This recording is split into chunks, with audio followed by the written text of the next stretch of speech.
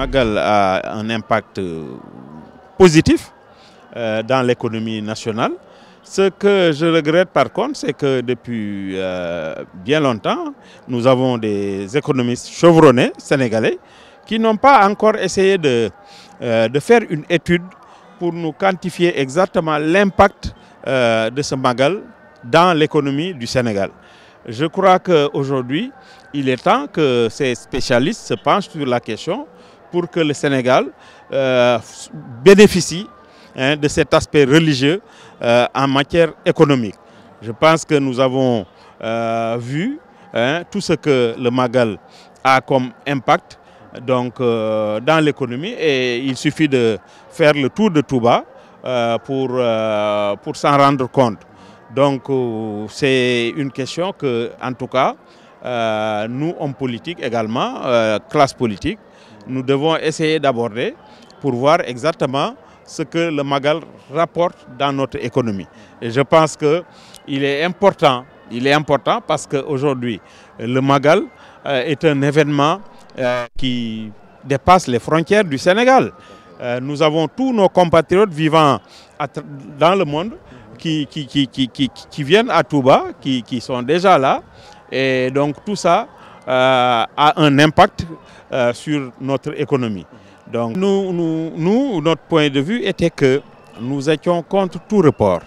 Maintenant que le report nous a été imposé, nous allons faire avec. Mais ce que nous regrettons, c'est que tout le monde sait que le mois de juin est un peu difficile pour organiser des élections de la dimension des élections locales au Sénégal. Parce que ces élections impliquent tous les Sénégalais. Et pendant ce mois de juin, on sait que la Coupe du Monde aura lieu. On sait également que la plupart des examens se déroulent à la fin du mois de juin.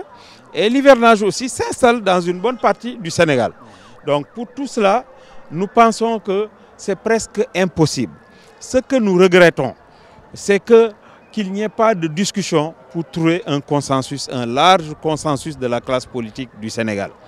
Malheureusement, on nous a imposé cette date, mais ce que nous disons, nous ne serons pas d'accord sur un second report pour les raisons que je viens d'indiquer, qui doivent être évoquées pour nous imposer ou nous proposer un second report. Donc, il faut en tirer les conséquences. Maintenant que la loi a été votée, jamais un second report n'a été encore fait ici au Sénégal. Donc nous osons croire que le pouvoir va respecter cette nouvelle date qui a été imposée à l'opposition, parce que nous pouvons dire que l'opposition était contre tout report. Maintenant, il faut prendre en compte tous les aspects qu'implique ce report. Parce qu'il y a, par exemple, des jeunes qui auront, au mois de juin prochain, 18 ans et qui ne sont pas encore inscrits, parce que si la première date avait été retenue, ces jeunes-là n'auraient pas 18 ans.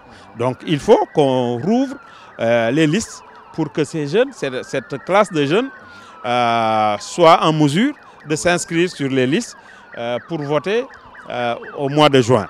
En tout cas, nous ne serons pas, nous, d'accord sur un second report. Et je pense que je peux parler aujourd'hui au nom de toute l'opposition pour dire que l'opposition au Sénégal ne sera pas d'accord sur un second report.